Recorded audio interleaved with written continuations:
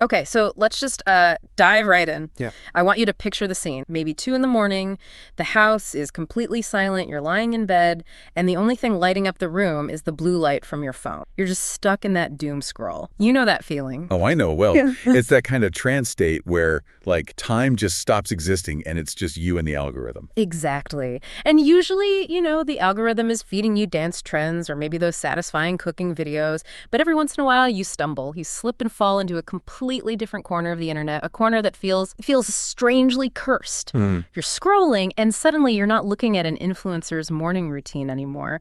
You're looking at the shaky vertical video of a giant monochromatic face slowly rising out of a black ocean. Or a cartoon character from when you were 5, but it has way, way too many teeth, and it's just standing at the end of a dark hallway. Yeah, that's the digital horror landscape. And it's this fascinating, just completely chaotic space that has basically birthed a whole new kind of folklore. It really has. Yeah. It's modern mythology being written in real time through memes and 30-second clips. And that is exactly what we are getting into today. We are doing a deep dive into this very specific, very bizarre ecosystem of TikTok monsters and CGI horror. But, and this is the key twist, we aren't just looking at the scary videos themselves. No, we're analyzing the reaction to them. Exactly. We have a huge stack of transcripts right here from a specific reactor who goes by Capi or Capi React, and he's our way in. Which is, I think, a really crucial distinction. We aren't just analyzing the art, if you want to call it that.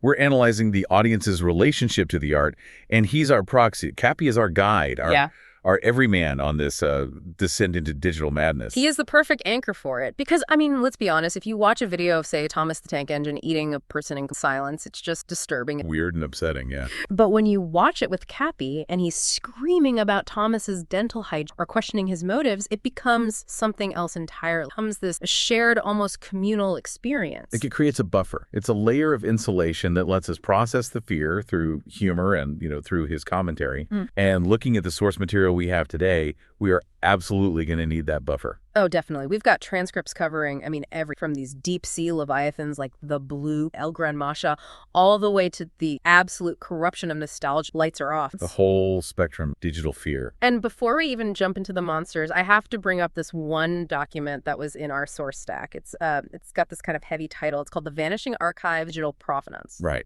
It sounds a little academic for a deep dive on TikTok, but it's actually essential context for what we're talking about. It really is. What does it mean by digital ephemerality? So that document, it highlights this phenomenon where the original creators of these animations, we're talking channels with names like Boris or Zenda or Lights, they operate in a really precarious space. They're often using copyrighted characters, like Shrek or Pac-Man. Right. So they could spend a month creating this masterpiece where, I don't know, Shrek destroys a city and they upload it, it gets 1 million views, and then poof. Poof is right. A copyright strike comes in, the channel gets deleted, and the original video is just gone, wiped from the internet forever. Wow. And this is where Capi's role becomes so unique, historically speaking. Because he records himself watching these clips, his reaction video often becomes the only surviving record that the animation ever existed in the first place. So he's accidentally become an archivist. He's an accidental historian of this very specific, very weird digital folklore.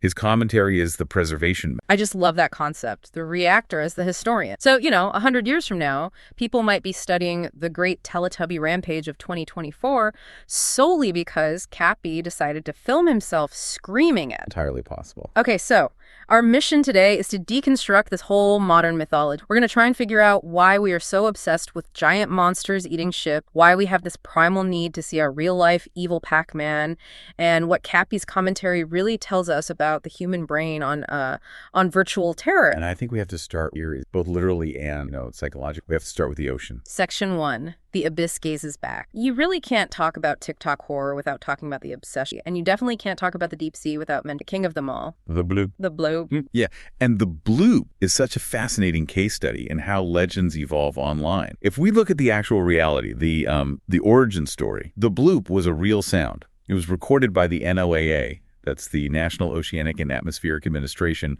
way back in 1997. And it was this really weird sound, right? Like super low frequency, but incredibly powerful. Exact. Ultra low frequency, high amplitude. And for a long time, the mystery was just, what could possibly make a sound like that? People were speculating. Is it some kind of undiscovered giant whale? A colossal squid? That was the hope, I think. The romantic idea that there was still some huge undiscovered life down there. Right. But eventually, the scientific consensus, it settled on a much less exciting explanation. It was an ice quake. An ice? Basically, the sound of a massive iceberg cracking and calving away from a glacier in Antarctica. The sound waves just travel for thousands of miles underwater. Which is, scientifically, that's really cool. That's a cool fact. But the internet collectively looked at that explanation and just said, no, absolutely not. That's precisely. The collective consciousness of the internet just rejected the ice quake theory out of hand and decided, no, it's a monster. And not just any monster, but a specific character. In all the videos Capi is watching, the bloop isn't just a sound. He is a gargantuan, pale, sort of whale-like marine entity. He's a recurring cast member in this whole deep-sea drama. Yeah, and he's just huge. Capi is constantly commenting on the scale. There's one transcript here where he's watching one of those size comparison videos. He sees a megalodon, which, let's just be clear, is a 60-foot prehistoric shark. That's already a complete nightmare. A monster in its own right, for sure. But then the bloop just kind of slides into the frame next to it. And the megalodon looks like a minnow. That's what Capi says. He says, the megalodon looks like a goldfish. And then he points out something so visceral. He notes that the bloop is so massive that he, quote, doesn't even need to chew. Right. It's not even predation at that point. It's just consumption. He just opens his mouth and the ocean flows in and everything with it. That's a key part of that cosmic horror. The idea that you are so completely insignificant that you aren't even worth, you're not a meal, you're an inconvenience that got swallowed. It's terrifying. Yeah. But what I find really compelling in these transcripts is that the bloop actually has a character arc. He isn't just a mindless eating machine in every single video. There's a very specific narrative that develops, and it involves Cthulhu. Oh, the Bloop versus Cthulhu saga? Okay, this is my absolute favorite part of the source material. We have to break this scene down because it's genuinely... It really is. So the setup is that the viewer, it's all first-person cameras, is floating on a piece of wood in the middle of a raging storm. The transcript describes the scene as totally hopeless. Capi even compares the viewer to Rush from Titanic just drifting on a piece of debris. And the reason you're drifting is because Cthulhu, the literal elder god from H.P. Lovecraft's mythos, has just obliterated your ship. And Capi is terrified. He's watching Cthulhu just picking up ships and throwing them like they're toys. Which is when he makes that amazing comment. He calls in Tom Brady. He's like, look at the accuracy. Because Cthulhu just lobs a ship and it hits another ship perfectly. It's just such a perfect, absurd pop culture injection into this scene of cosmic horror. It is. But the feeling is one of complete and utter doom. Cthulhu is toying with the survivor on the plank of wood. It's clear your neck. And then just when Capi is begging for it to all be over, the bloop reaches the surface. And the change in his tone is instantaneous. He goes from terror to elation. He starts cheering. He's screaming, W bloop, W bloop, bloop, which for anyone who doesn't know means win for bloop. It's this massive sudden heel face turn. Yeah. All of a sudden, the monster that we were absolutely terrified of 5 minutes ago is now the hero of the story. He's our champion. It really speaks to a deep human desire to, find allies in hostile environments. We know the ocean is dangerous. We know the bloop is a monster. But Cthulhu is an invader. He's cosmic. He's alien. The bloop he's our monster. He's the home team. The bloop, Earth's defender. I love it. It's like a kaiju movie. It's Godzilla versus Kong, but just way, way wetter. Exactly. But the story doesn't end on that triumphant high note, does it? The archives also mention another video, a much darker one. They find a dead bloop. Ugh, yeah. This is where the horror just circles right back around. They find this carcass, a dead, rotting bloop floating on the surface of the water. And Capi's reaction, it shifts from excitement to this pure existential dread. Because he immediately asks the question that pops into all of our minds. He says, what killed the bloop? And that is the scariest question in the entire stack of transcripts. Yes. What killed the bloop? Because if the biggest, most powerful thing we know of in the ocean is dead, it means there's something bigger. There's always a bigger fish, right? Yeah. It implies this infinite regression of monsters. If the apex predator is found dead, then we have absolutely no idea what the true apex is. It just remystifies the entire ocean in a single shot. Perfect horror. Yeah. And speaking of mysterious, terrifying things down there, we have to talk about the other big one from the transcript, El Gran Maja. El Gran Maja. This one is a very different kind of beast from the Bloop at least looks like a biological creature, maybe a mutated whale or something. Right. El Gran Maja is described in the transcripts as looking like a rock or a small island. It's just part of the seabed until it opens its mouth. It's the camouflage that gets you. It's the horror of the landscape itself turning against you. You think you're looking at a nice little atoll, and then you realize the atoll has teeth. And not just teeth, the transcript is very specific. It says serrated blade. Which implies something almost mechanical, or at least biomechanical. It's not just an animal. But the detail that really drives the narrative in the El Gran Maja videos is the bioelectric. Yes. Okay, this leads to the sample extraction video. I was laughing out loud reading this part of the transcript. So you have a team of scientists in a deep-sea submarine. They find El Gran Maja sleeping on the ocean floor. And what do they decide to do? They observe from a safe distance? Do they, take a photo and leave? No, of course not. They decide to extract a tissue sample. They decide to poke the giant sleeping murder island with a big needle. And Capi just loses mind. He is so completely baffled by the logic. He says, and this is a direct quote, "Imagine you're taking a nap and somebody gets a tissue." It's such a perfect, concise critique of the scientific hubris trope in horror. We see it in movies like Prometheus or Deep Blue Sea or Jurassic Park. The scientists are always so obsessed with getting the data that they ignore the very obvious flashing red lights of danger. And Capi is the voice of the audience, the voice of reason. He's just asking, why? Why are we doing this? And of course, the second they poke it, that bioelectric field he mentioned activates. Submarine's power goes out, it gets trapped, and Capi just says, now they're caught.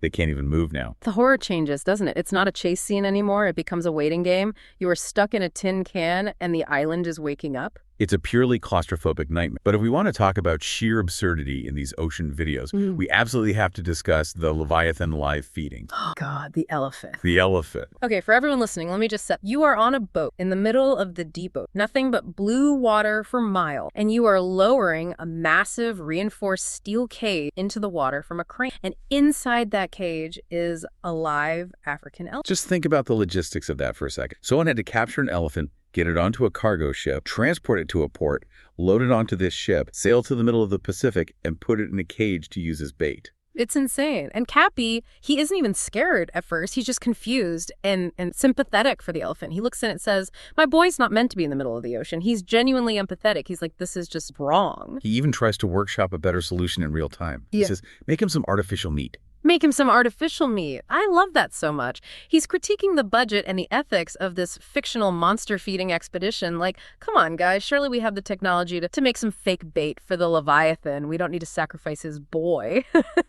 But it serves its narrative purpose perfectly because it sets up the scale. When the Leviathan finally shows up to eat this elephant, the size difference is just staggering. The creature barely even touches the boat, and the entire crane assembly just gets ripped off like it's a piece of tape. It just hammers home that these creatures are forces of nature. We're just ants building little floating twigs on their world. And that feeling, that smallness, that vulnerability is the absolute core of thalassophobia. Thalassophobia, yeah. The persistent and intense fear of deep, dark bodies of water. It's a primal fear. It's baked into our DNA, and these videos are engineered from the ground up to trigger it. The transcripts mention all these recurring visual motifs: black water, oil rigs at night, and something he calls ocean tunnel. Oil rigs are a huge trigger for me.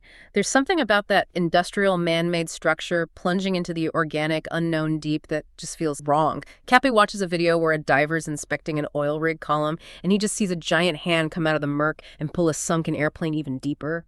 It's the juxtaposition of the known and the unknown. An oil rig is a structure of logic, of engineering, of human endeavor. The deep ocean is pure chaos. When the chaos just casually swallows the engineering, it signals that our rules do not apply down there. And Capi gets so frustrated with how the people in these videos behave, we started calling it the turnaround trope. Yes, this is a constant source of friction for him that drives him nuts. A diver sees a massive, unidentifiable shape in the distance, a shadow, a fin, something huge, and instead of immediately swimming for the surface, for the boat, for safety, they swim toward it. Capi's just yelling at his screen, turn around, or why are we still filming this? Go. He's pointing out the complete breakdown of basic survival instinct. In the real world, your adrenaline would take over and you would flee. But because of the conventions of the found footage genre, the cameraman has to approach the monster so we can all get the shot. It's a necessary plot device that is also completely illogical. There's a specific video he reacts to involving a woman on a pedal in the middle of the ocean. She's moving at like 1 mile per hour. Yeah. And a giant monster is waking up right underneath her. And Capi says,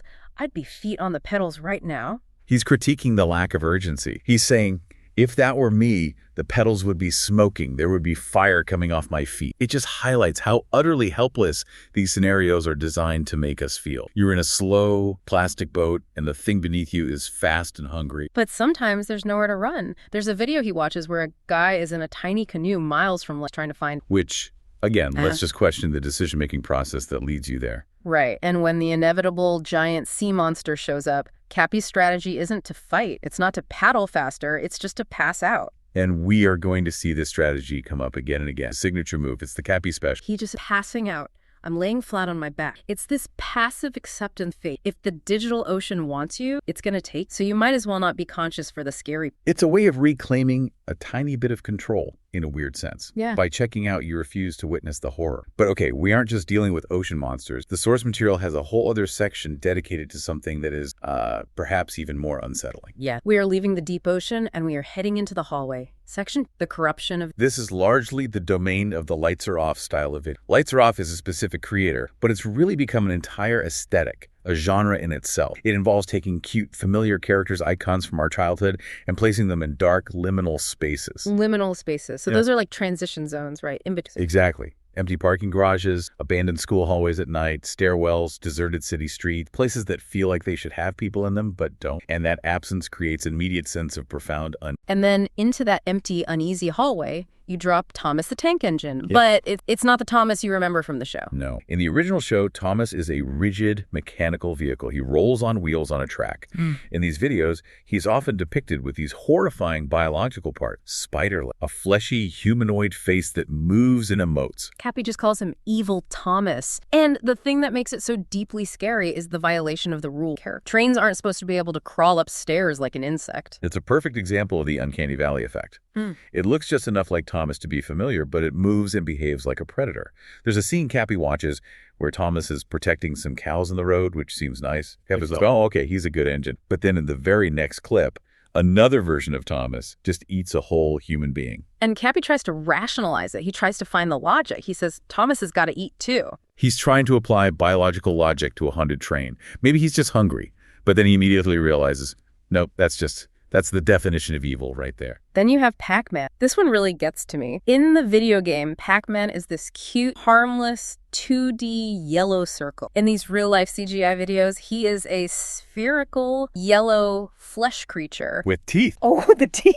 Immaculate chompers, as Capi calls them. He actually compliments Pac-Man's dental hygiene. He's like, my boy's looking nice. He's got beautiful teeth. This is a classic Capi coping mechanism. We've started calling it flattery. Yeah. He genuinely seems to believe that if he compliments the monster on its physical appearance, maybe it won't eat him. You look great, Pac-Man. Have you been flossing? It's completely absurd, but it's so human. We want to humanize the threat, to negotiate with it. But the mechanics of the horror in the Pac-Man videos are interesting. There's a thumbs up rule. Yes. In one of the transcripts, the protagonist in the video gives a thumbs up to the Pac-Man monster. And Capi notes that this is a fatal error. The instant the thumb goes up, the monster attacks and kills him. It implies that these monsters operate on their own set of cultural rules that we can't possibly understand. A thumbs up means friend or okay to us, but maybe in Pac-Man culture it means dinner time. It adds this layer of paranoia to the encounter. You don't know the rules of engagement.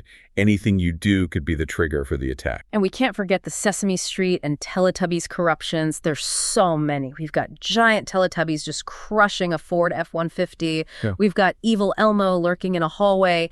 But the one that really stuck with me from the transcripts, and I think this is the most Gen Z horror concept I've ever heard, is the Tooth Fairy. Ah, yes. The reimagining of the Tooth Fairy. A classic. So traditionally, the tooth fairy is, small, benevolent, maybe a little glittery, leaves you a quarter. In this TikTok video, Capi is watching a creature as basically a flying nightmare. It has multiple rows. Like a shark's mouth. Exactly. It's hovering in the person's bedroom. It's absolutely terrible. But here's the incredible twist. It's dropping money. And not just quarters under the pillow, right? No. Capi spots it immediately. He says, "Are those Benjamins?" She is dropping stacks of $100 bills onto the floor, and Capi's reaction is instantaneous. He goes from, "Get away from me, you monster," to "Take all my teeth at that." It is a fascinating and hilarious commentary on capitalism, isn't it? The horror becomes tolerable if the payout is high enough. Even a multi-road-toothed flying demon is a welcome guest if she's bringing some serious liquidity. It turns the entire horror scenario into a transaction. You can have the molars and the incisors, just leave the cash on the nightstand. It's so funny, but it's also kind of dark. It suggests that our fear threshold has a literal price tag. I will endure this nightmare for the binge. It's a very practical, if cynical, survival strategy. Then there are these weird pop culture cameos that just appear out of nowhere. Like Shrek. Shrek is a meme. He's a lovable ogre from a kid's movie. But in the video Capi watches, Shrek kicks open a bathroom stall while the viewer is, well, occupied. While the viewer's dumping, as Capi so eloquently puts it in the transcript, Capi just screams, "I'm dumping! Quit knocking on the door!" It blends this really base toilet humor with home invasion horror.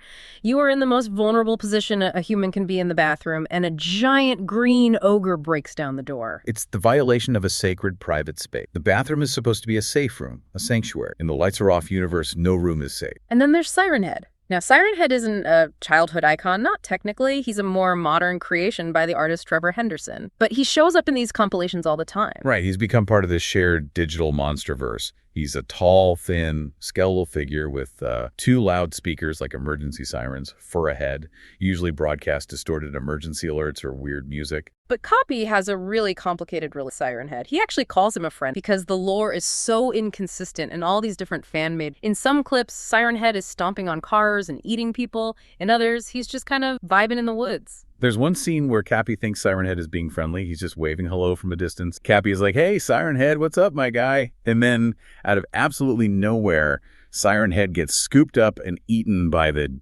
giant evil Pac-Man. It just reinforces the sheer chaos of this digital world. There are no consistent allegiances. The monster that's scaring you in one video might be the victim in the very next one. It's a dog-eat-dog world, or I guess a Pac-Man eat siren. It's a completely chaotic ecosystem. And speaking of ecosystems, we need to talk about the sheer size of some of these threats. We've covered the deep sea, we've covered the hallway demons. Now let's look up Section 3, the scale of existence. This section of our notes focuses on a specific type of video Capi reacts, the first-person size comparison. Now, we've all seen those size charts, a lineup of Godzilla, King Kong, a skyscraper, a bull whale. It's informative, but these videos are different. They put the camera on the ground, looking up. And that perspective shift changes everything. It changes it from an informational chart into an experiential nightmare. It forces you, the viewer, to confront your own microscopic insignificance. It's designed to trigger megalophobia, the fear of massive objects. Capi watches a progression. He sees the 1954 Godzilla, which is big. Then he sees the 2019 version, which is huge. And then he sees Godzilla Earth, which is over 300 meters tall. You have to crane your neck just. And Capi's reaction is visceral. He stops making jokes. He just stares in awe and terror. But it goes so far beyond Godzilla. The transcripts mention some truly cosmic level threat. There's Zunisha from the anime One Piece. Right. For those who don't know the show, Zunisha is an elephant that is so unbelievably colossal that it walks on the ocean floor. But its legs are so long they pierce through the clouds, it carries an entire civilization on its back. Capi sees this leg coming down through the clouds, and he just says, that steps on the entire world. It's not just a monster anymore. It's a geographical event. It's a weather system with a foot. And then there's Gongan Wyzen from the video game Asura's Wrath. This one is just insane. It's basically a deity that grows so large he becomes bigger than the planet itself. And he tries to crush the main character with his index finger, and the finger alone is the size of a continent. And finally, you've got Ego the Living Planet from Marvel, a literal giant face in the sky, just smiling down at you. Now, you have to pay attention to Capi's reaction to these cosmic-level threats. With the ocean monsters, he screams. With the corrupted childhood monsters, he bargains or he makes jokes. But with this cosmic scale, he has a totally different and very consistent response. He just shuts down. He says, passing out, where he says, The brain's inability to process threats of this magnitude leads to a shutdown response. He realizes on a fundamental level that if a finger the size of North America is coming down from the sky, running is point, fighting is point, you just... Stop. It's actually a surprisingly rational psychological response. In the face of the infinite or the truly gargantuan, human agency is reduced to zero. The fight or flight response is irrelevant. So I'm passing out is the only logical move left on the chessboard. It's a total rejection of an unacceptable reality. It's so relatable. I think if I looked up and saw a planet eating our moon, I'd probably just decide to take a nap. And speaking of the moon, Capi notices this weird detail in these apocalypses. In so many of them, the Earth gets destroyed, sucked into a black hole or crushed or whatever, but the people on the moon seem to be fine. He says the moon is just a place to be. He starts plotting his escape. He's like, okay, new plan, we're all moving to the moon. He's looking for a safe. If Earth is doomed, the moon is the new hot neighborhood. It's that survival instinct kicking in again, always looking for the loop. Which brings us perfectly to our next section. Section 4, the reactor's guide to survival. We've touched on his coping mechanisms here and there, but I want to really, catalog Capi's strategy. He's not just screaming random. He's developing a playbook for how to survive the digital apocalypse. He absolutely is. We've managed to identify a few key moves. First, there's what we call bargain. We saw it with the tooth fairy, but he does it with sea serpents too. There's a transcript where a monster is swimming towards him and he just starts talking to it. He says, hey, you don't want to eat me. What nutritional value are you going to get? He's trying to use logic against a primordial predator. I'm just a Duino to you, man. Don't even bother. Yeah. He's devaluing himself as a meal to save his own life. Then there's his use of humor and denial. We mentioned the Tom Brady and Cthulhu joke, but he also does this thing where he feigns brave. He'll look at something terrifying and say, I ain't even scared, and then he lets out this high-pitched... That performative bravery is a way to bond with the audience, I think. We all know he's scared. He knows he's scared, but pretending he isn't for that 1 second just breaks the tension. It allows us to laugh instead of just feeling anxious. And the compliments. We talked about him calling Pac-Man handsome. He does it with other monsters, too. He calls the clockhead monster majestical. Clockhead. A giant walking clock tower. A very strange. Capi tries to butter it up. He's like, you are a very majestical clock, an ancient artifact. And then it just keeps walking towards him. And he has that moment of realization, oh, this thing doesn't care about me. It's the failure of the social contract. Yeah. In human society, if you compliment someone, they're usually nice to you in return. Yeah. In the monster world, you're just food that makes noise. But his sharpest critique, and this is where I think Capi really shines as a commentator, is reserved for the cameraman. The found footage logic gap. It's his favorite target. He cannot stand the behavior of the person holding the camera. There's a specific example that drove him absolutely crazy, and it involved the Smurfs. The Smurfs. So the viewer walks up to a trash can in a dark alley, opens the lid, and inside there is Papa Smurf and a bunch of evil, distorted, growling Smurfs. A truly horrifying discovery. And the cameraman just keeps looking. He just holds the shot. Capi is shouting at his monitor, close the lid. Why are we looking? Why aren't we closing the lid, man? It's the Pandora's box archetype in act. Curiosity is the fatal flaw. And Capi is screaming for the character to exhibit just the most basic common sense. If you see a monster in a box, close the box. But he also loves it when the cameraman acts realistically. There's a video where a diver is holding a stick, maybe a spear gun or just a prod, and he sees a giant monster emerge from the murk, and he drops the stick in shock. He just lets it go. His hands stop working. And Capi yells, yes, that is what you would do. He praises the realism. He's like, finally, someone who acts like a real human being and not a camera tripod with legs. It validates his own feelings. He's saying, see, panic is the correct and logical response. And of course, that brings us to the ultimate strategy, passing out. It appears in the ocean videos, the cosmic horror videos, the hallway monster videos. It's his ace in the hole. It's his final move. I am not participating in this horror movie anymore. It's a form of active dissociation. If the situation is too much, just reboot the system. I think a lot of us, if we saw Gran Maja wake up, would probably just hit the floor. But we need to zoom out a little bit. We've looked at the monsters. We've looked at the reaction. Now let's look at the medium itself. Section 5, the vanishing archive. This is that meta layer we mentioned at the very beginning. The source note about the vanishing archives of digital provenance is actually, it's quite melancholic when you really think about it. It is. It points out that so many of these original uploaders, these creators who spend hundreds of hours rendering these CGI nightmares in Blender, they just disappear.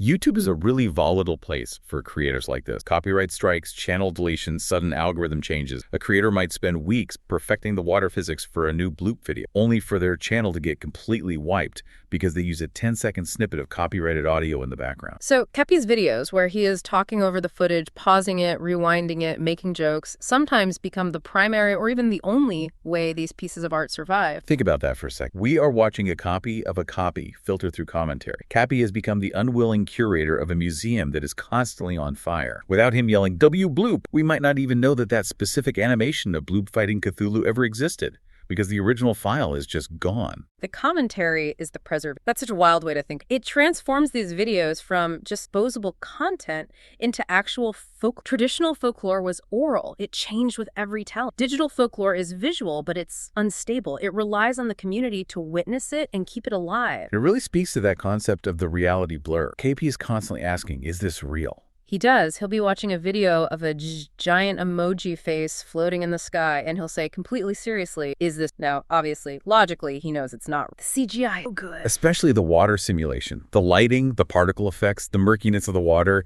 it triggers the lizard brain.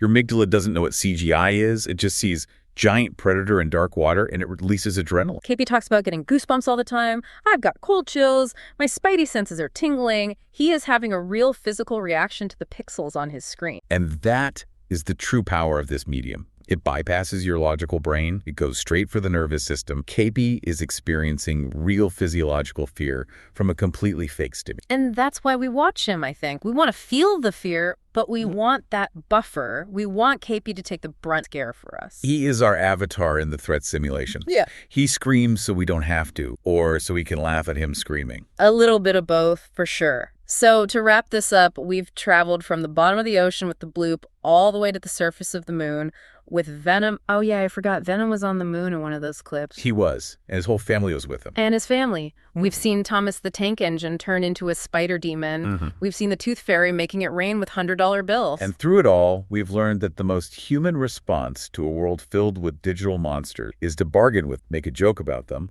or simply lose consciousness and hope for the best. These videos are the new campfire stories. They're visual, they're endlessly remixable, and they're incredibly ephemeral. They might vanish tomorrow. But as long as we have reactors like Capi screaming at them, the folklore, in some form, lives on. It does. It's a shared hallucination that we all agree to participate in for the thrill of it. So here is my final provocative thought for you listening in. If these digital monsters trigger real adrenaline, real sweaty palms, and real genuine fear, does it actually matter that they are fake? Or have we reached a point where the digital simulation of danger is just as potent, just as real to our brains as the real thing? And on a perhaps more practical note, yeah, would you open the door for that tooth fairy if she was dropping mint? I mean, I've got student loans to pay off. How many rows of teeth are we talking about here? The transcript specifically says multi-row. I think I'm taking the cash. I think Capi would take the cash, too. I think he absolutely would. Thanks for diving in with us.